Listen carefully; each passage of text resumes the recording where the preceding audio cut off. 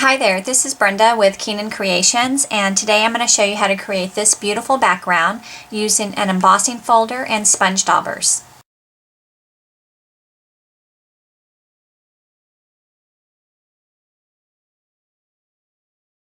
To get started, we're going to emboss a piece of Whisper White cardstock, and we've embossed it with the Big Shot on tab 1 of the multi-purpose platform using the new Lovely Lace embossing folder. We're going to start with pistachio pudding, and we're going to use a sponge dauber, and you can just place that right on your fingertip, or you can hold it like that. You're going to pat it on the ink pad, and I always like to go on the scratch paper just to make sure it's not too dark, and you want to go in a soft circular motion. So just start over here where the leaves are and just go just like that, and I'll apply some color to the raised edges. You're also going to get a little bit of ink outside the raised edges, and that's okay. Just go with that and just keep sponging. And you can go back to your ink pad. Always start out really soft, and then once some of that ink is off the dauber, you can add a little more pressure.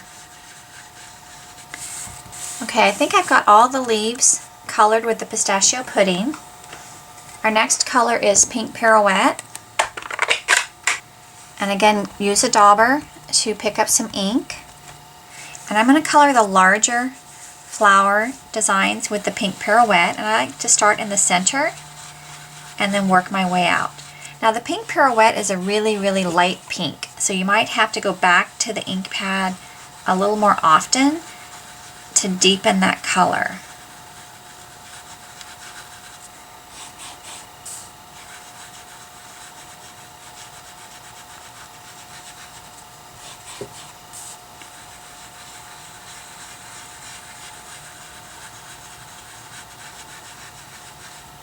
And just continue for the larger flowers in the Pink Pirouette, and I'm probably going to do this smaller flower too, so I don't have 3 of the yellow flowers next to each other. Our last color is going to be So Saffron, and this is just more of the same. Just add ink to your dauber and go over the raised edges in a soft circular motion, and remember it's okay to go outside the lines a little bit. Now after I've done all of the flowers, I can see that I want the leaves to be a little bit darker. So I'm just going to go back over with the dauber. Now one last thing I want to do is I know I want to stamp the greeting in the pink, and this Pink Pirouette is really, really light. So I think what I'm going to do is add some strawberry slush to the centers of these flowers, and then I can stamp the greeting in strawberry slush. I'm just going to add a little bit, and this strawberry slush is darker, so I want to be a little bit softer when I first get started. And I'm just going to do the center part. I'm going to add a little bit of this white organza ribbon, so I'm just going to wrap it around the back, and I'm going to tie a knot.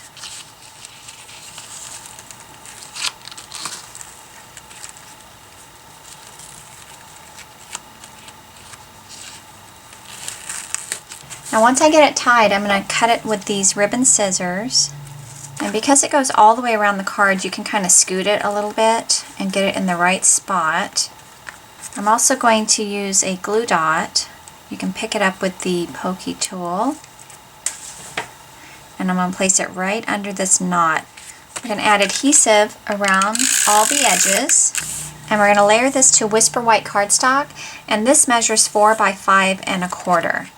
We're going to layer to pistachio pudding, and this is your standard card size, 8.5 by 5.5, and scored down the middle at 4 1/4. We're going to add more adhesive around the edges, and we'll layer this to the front.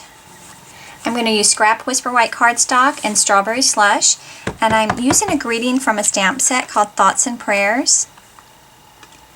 I'm going to die cut the greeting with this framelit from the Thinlits, the label card Thinlits, and it happens to coordinate with the Labels Collection framelits. And I don't know if you can see that this one is slightly larger. So this will allow me to have a layer behind this greeting. So I'm going to die cut this one And then I'm going to die cut this with pistachio pudding. I'm also going to stamp a butterfly from Papillon Potpourri, and I'm going to use this So Saffron ink, and we're going to punch it out with the Bitty Butterfly Punch.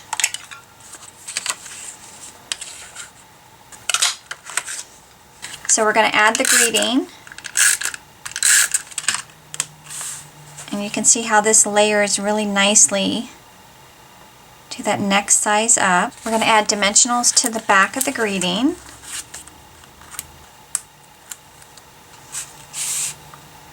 I'm going to have this right about here. Now the butterfly we're going to fold in half. We're going to add a glue dot to the center. We're going to fold the glue dot onto itself. And we're going to add it right about here. I want those wings to stay popped up. So we're going to use the dimensionals, and we're going to just slice these right along the border to make them kind of tiny. And then we're going to pick them up with the pokey tool. We're going to leave the paper backing on that side. So we're just going to stick it under the wing, and that will just keep it from laying flat. And then we'll repeat this on the other side. So let's go ahead and add some rhinestones. We'll take the larger ones to the larger flower centers.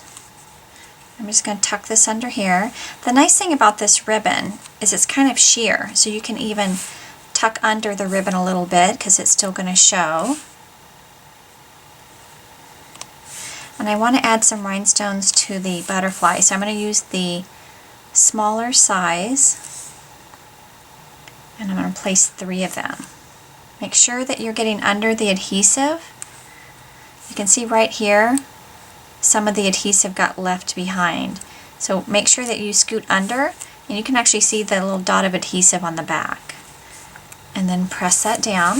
I decorated the inside as well, and I cut these images out, leaving a little border around the embossed edge, and I just stamped the butterfly there. A fun thing you can do with the envelope is to emboss the back flap. You'll notice on the embossing folders that the back side is slightly smaller than the front. So if you just place your envelope flap, tuck it in like that, and wrap it around the smaller side, and then you can run that through your big shot.